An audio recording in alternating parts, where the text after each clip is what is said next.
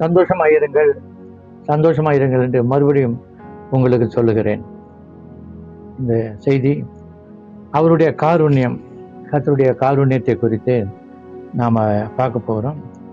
சகரியா 9:16 அவருடைய காருண்யம் எத்தனை பெரியது என்று எழுதியிருக்கிறது. அநாதி சிநேகத்தால் என்னை நேசித்தீரையா, காருண்யத்தினால் என்னை இழுத்து கொண்டீரே. அநாதி சிநேகத்தால் என்னை நேசித்தீரையா, காருண்யத்தினால் என்னை இழுத்து கொண்டீரே. உங்க அன்பு பெரியது, உங்க கிருபை பெரியது, உங்க தயவு பெரியது, உங்க இரக்கம் பெரியது. அநாதி சிநேகத்தா என்னை நேசித்தீரையா, காருண்யத்தினால் என்னை இழுத்து கொண்டீரே. அநாதி சிநேகத்தால் என்னை நேசித்தீரையா, காருண்யத்தினால் என்னை இழுத்து கொண்டீரே. ஆமீன். இன்னைக்கு கர்த்தருடைய காருண்யத்தை குறித்து நாம பார்க்க போறோம். அவருடைய காருண்யம் எத்தனை பெரியது. எரேமியா 31:3 பார்க்கும் பொழுது, அநாதி சிநேகத்தினால் உன்னை சிநேகித்தேன், ஆதலால் காருண்யத்தினால் உன்னை இழுத்து கொண்டேன். அநாதி சிநேகம்னா அநாத சிநேகம்ல, அநாதி சிநேகம். வானம், பூமி, சூரியன், சந்திரன், உலகம் எல்லாத்தையும் படைக்கிறதுக்கு முன்னாலேயே அவர் நம்மை சிநேகித்தார். எபேசியர் 1:4 பார்க்கும் பொழுது, நாம் அவருடைய அன்பிலே பரிசுத்தமுள்ளவர்களும் குற்றமற்றவர்களும் இருப்பதற்கு உலக தோற்றத்துக்கு முன்னே கிறிஸ்துக்குள் நம்மை அவர் தெரிந்து கொண்டார் என்று எழுதியிருக்கிறது. அதன்படி உலக தோற்றத்துக்கு முன்னே கிறிஸ்து இயேசுக்குள்ளே அவர் நம்மை சிநேகித்து அவருடைய காருண்யத்தினால் நம்மை இழுத்து கொண்டார். ஆர்மியாளர்களே, கர்த்தருக்கு இயேசு சொன்ன பொழுது, இந்த உலகத்தில் இந்த போது சொன்னார், நான் பூமியிலிருந்து உயர்த்தப்பட்டு இருக்கும்போது எல்லாரையும் இடத்துல இழுத்து கொள்வேன்னு சொன்னார். மனுஷரை கட்டி இழுக்கிற அன்பின் கயிறுகளினால் நான் அவளை இழுத்துக் கொள்வேன் என்று ஓசியா 11:4 சொல்லியிருக்கிறார். உன்னத பாட்டில் 1 வாசிக்கிறோம், சோத்திரம், அவர் என்னை இழுத்து கொள்வார், நாங்கள் உமக்கு பின்னே ஓடி வருவோம் சொல்றார். 2 பேதுரு 1:3 அவர் மகிமையினாலும் காரணத்தினால் நம்மை அழைத்தவர் என்று எழுதியிருக்கிறது. அப்ப நீங்க பார்த்தீங்கன்னா, இழுத்து கொள்ளுகிற தேவன். காருண்யத்தினால், அநாதி சிநேகத்தால் உன்னை சிநேகித்தேன், காருண்யத்தினால் உன்னை இழுத்து கொள்கிறேன். காருண்யம்னா என்ன? அவருடைய அன்பு, அவருடைய தயவு, அவருடைய கிருபை, அவருடைய இரக்கம், இது 4 சேர்ந்ததுதான் காருண்யம். பார்த்தீங்களா? அவருடைய அன்பு, அவருடைய தயவு, அவருடைய கிருபை, அவருடைய இரக்கம், இது 4 சேர்ந்ததுதான் அவருடைய காருண்யம். அவருடைய காருண்யத்தை நீங்க அசட்டை பண்ணக்கூடாது. பார்த்தீங்கன்னா, இந்த பூமியில நாம் ஒன்றும், அவர் நம்மை தேடி வர நாம் ஒன்றும் தகுதி உள்ளவர்கள் அல்ல. கர்த்தருக்கு ஸ்தோத்திரம். மனுஷனை விசாரிக்கவும் அவரை விசாரித்து அவனை ரட்சிக்கவும் மனுஷன் எந்த விதத்திலும் தகுதி உள்ளவன் கிடையாது. அதனால மண்ணானவர்கள் நாம் எல்லாம், நாம் மண் என்று நினைவு கூறுகிறார். அப்ப நீங்க பெரிய ஆள்னா உங்களை நினைச்சுக்காதீங்க. ஸ்தோத்திரம். கர்த்தர் நம்மளை நேசிக்கவோ இழுத்து கொள்ளவோ நல்லது நம்மை தேடி வரவோ நாம் ஒருவருக்கும் பாத்திரவான்களே கிடையாது. தூசியும் தூளும் சாம்பலுமாய் நம்ம ஒரு களிமண் போல் இருக்கிறோம். ஆனாலும் நம்மை தேடி கர்த்தர் அப்படி சொல்லுறாரு, நான் அநாதி சிநேகித்தால் நான் உன்னை சிநேகித்தேன், காருண்யத்தினால் உன்னை இழுத்து கொண்டேன்னு சொல்றாரு. எவ்வளவு நல்ல பாருங்க. அநாதையாய் அலைந்தேன் நான், ஆறுதல் இல்லை, பாதை மாறி ஓடினேன் பாவத்தின் தொல்லை. அநாதையாய் அலைந்தேன் நான், ஆறுதல் இல்லை, பாதை மாறி ஓடினேன் பாவத்தின் தொல்லை. ஏன் என்னை தேடினீர் இயேசுவே, ஏராளமான உந்தன் நேசமே. ஏன் என்னை தேடினீர் இயேசுவே, ஏராளமான உந்தன் நேசமே. கிருபையே, கிருபையால் அழைத்தவரே, கிருபையின் தேவனே, ஜீவனிலும் மேலான உம் கிருபை, ஜீவனையே தந்த மாக்கிருபை. ஜீவனிலும் மேலான உம் கிருபை, ஜீவனையே தந்த மாக்கிருபை. ஆகவே அநாதி சிநேகித்தால் அவர் நம்மை சிநேகித்து நேசித்து காருண்யத்தினால் நம்மை இழுத்து கொண்டார். இது வரைக்கும் இழுக்கலைன்னா இனிமேல் ஆண்டவர் உங்களை நேசிக்க உங்கள் பக்கத்தில் வந்திருக்கிறார். அவர் உங்களுடைய அன்புக்கு நீங்கள் பாத்திரவான்களாய் மாறும்படி உங்களை நித்திய ஜீவனுக்காகவும் உலகத்திலே அவருடைய பிள்ளைகளாக ஆசீர்வாதமாய் வாழ்வோம், மேன்மைப்படுத்தும். உங்களை அவர் இழுத்து கொள்ளும்படி கர்த்தர் விரும்புகிறார். ஆகவே அநாதி சிநேகித்தால் நான் உன்னை சிநேகித்தேன், காருணித்தினால் உன்னை இழுத்துக்கொள்றேன்னு சொல்றார். இரண்டாவதாக நாம் பார்க்கும்போது சங்கீதம் 18ஆம் அதிகாரம் 35ஆம் வசனத்தில் நாம் பார்க்கும் பொழுது, உம்முடைய ரட்சிப்பின் கேடயத்தை எனக்கு தந்தி, உமது வலதுகரம் என்னை தாங்குகிறது, உம்முடைய காருண்யம் என்னை பெரியவன் ஆக்கும்.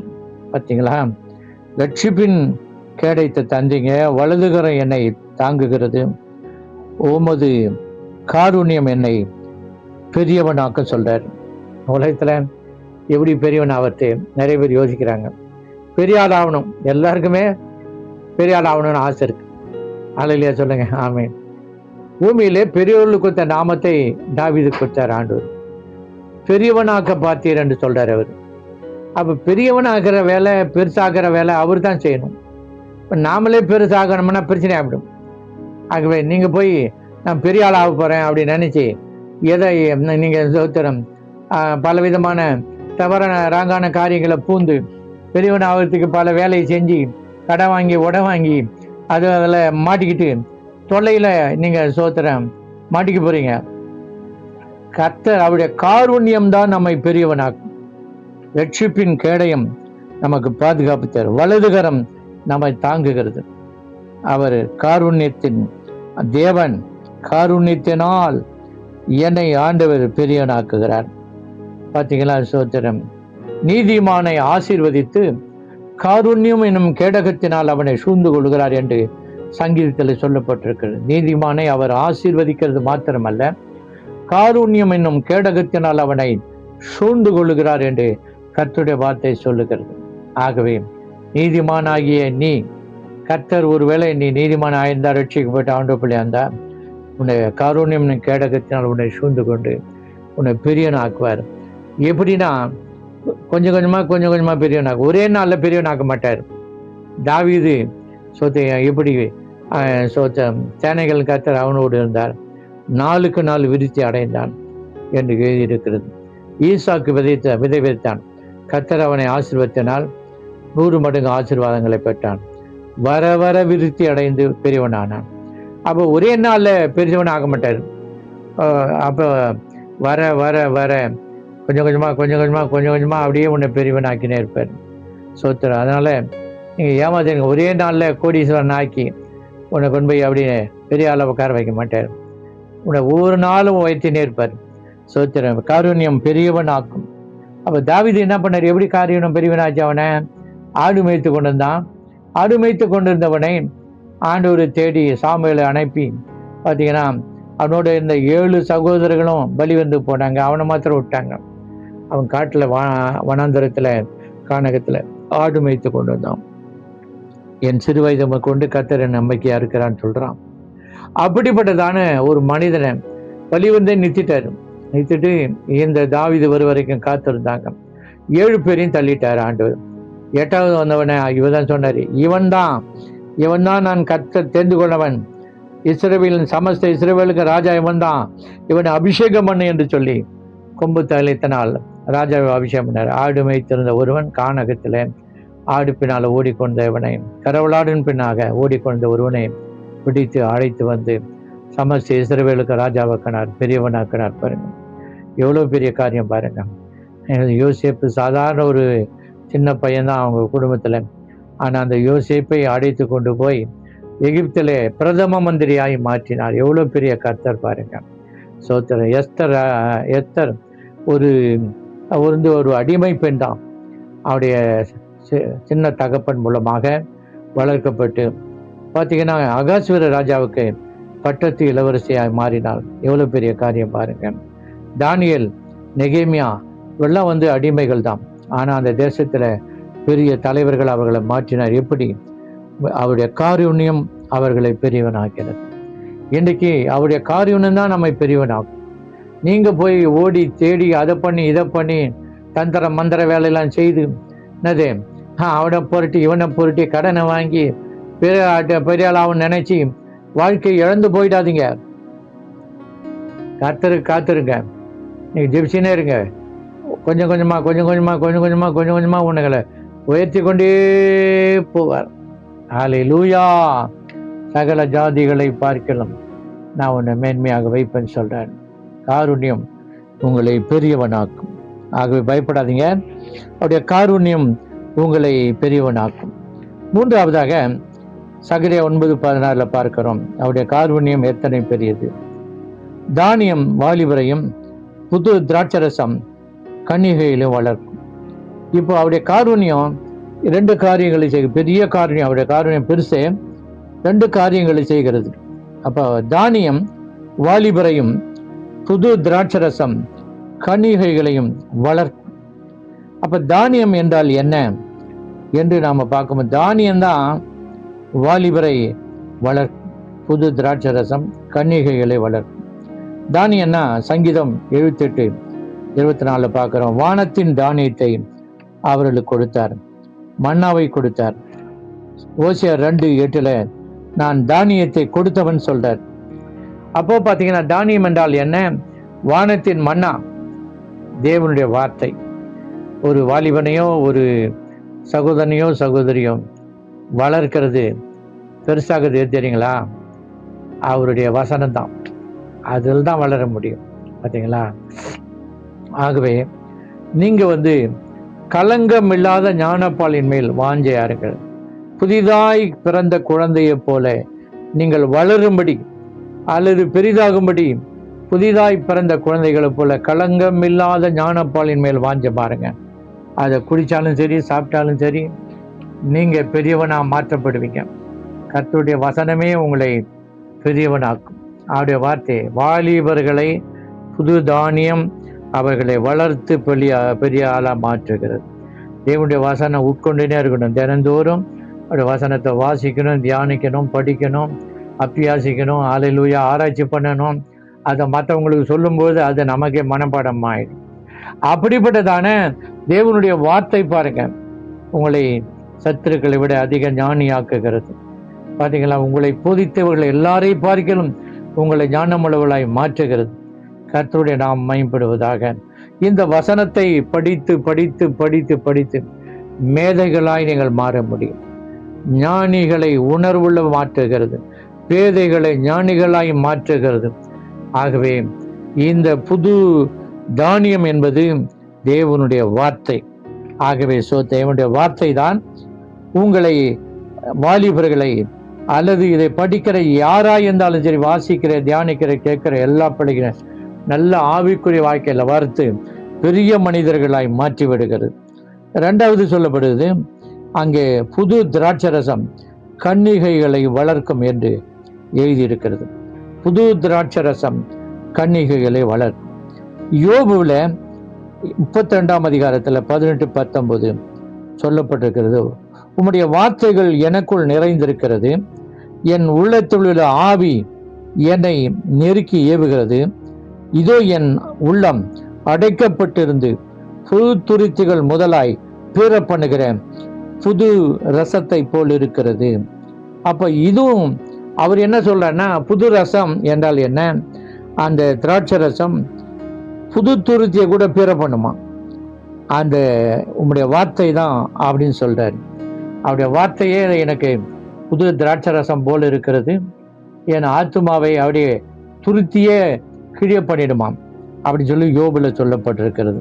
கர்த்தருக்கு ஸ்தோத்திரம். ஏசாயா 55:1 தாகமாக இருக்கிறவரை நீங்கள் எல்லாரும் எங்கிட்ட வாங்க, நாங்கள் உங்களுக்கு இலவசமாய் திராட்சை ரசமும் பாலும் தருவேன், நீங்க காசே இல்லாமல் வாங்கிக்கிங்க அப்படின்னு சொல்றாரு ஆண்டவர்.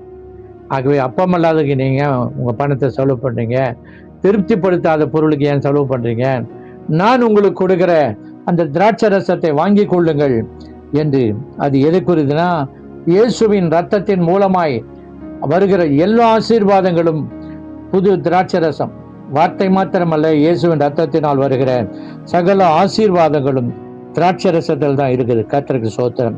பலவீனரை பலவானாய் மாற்றுகிறது, சோர்ந்து போனவனை அப்படியே உயிர்ப்பிக்கிறது, அந்த திராட்சரசம். உன்னத பாட்டு 1:2 பார்க்கும்போது, உம்முடைய நேசம் திராட்சரசத்தை பார்க்கிலும் இன்பமானது என்று சொல்லுகிறாள் தோலமித்தியால். அப்ப திராட்சரசம் ஆண்டவருடைய நேசத்துக்கு ஒப்பிடப்படுகிறது. திராட்சரசத்தை பார்க்கிலும் ஆண்டவரே உம்முடைய நேசம் இன்பமானது சொல்றார். அப்போ நீங்க காருண்யம் என்னை பெரியவனாக, எதனால? அவருடைய வார்த்தை. 2வது புது திராட்சரசம். ஆக புது தானியம், புது திராட்சரசம். புது தானியம் என்பது தேவனுடைய வார்த்தை, புது திராட்சரசம் என்பது வார்த்தையும் இயேசுவின் இரத்தத்தினால் வருகிற சகல கிருபைகளும் நன்மைகளும் என்று சொல்லப்பட்டிருக்கிறது. ஆகவே இந்த நாளிலே காருண்யத்தை குறித்து நாம பார்க்கிறோம். தேவனுடைய காருண்யம் அவருடைய அநாதி சிநேகித்தால் உன்னை சிநேகித்து காருண்யத்தினால் இழுத்து கொள்ளுகிறார். 2வது ரட்சிப்பின் கேடகத்தை தந்து அவருடைய வலதுகர நம்மை தாங்கி காருண்யம் நம்மை பெரியவனாக மாற்றுகிறது. 3வது அவருடைய காருண்யம் நம்மை பெரியவனாக்கி அவர் வசனத்தினாலும் திராட்சையினால் நம்மை நிரப்பி நம்மை அழகுள்ளவர்களாய், ஆசீர்வாதமுள்ளவர்களாய், பலமுள்ளவர்களாய், நல்ல வளர்ந்தவர்களாய் நம்மை மாற்றுகிறது.